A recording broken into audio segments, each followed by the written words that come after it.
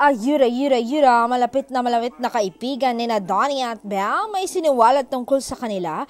Kwento niya, alam nyo, si Donnie, he's really introvert. Kahit may moment at sobrang tahimik niya at tulala, but when Belle hold his hand, I see the beautiful smile of Donnie. Belle gives him energy. Iba yung epekto ni Belle sa kanya at si Belle lang ang makakagawa nun. Wala nang iba. Masaya ko na mayroon nang nagpapasaya sa kanya.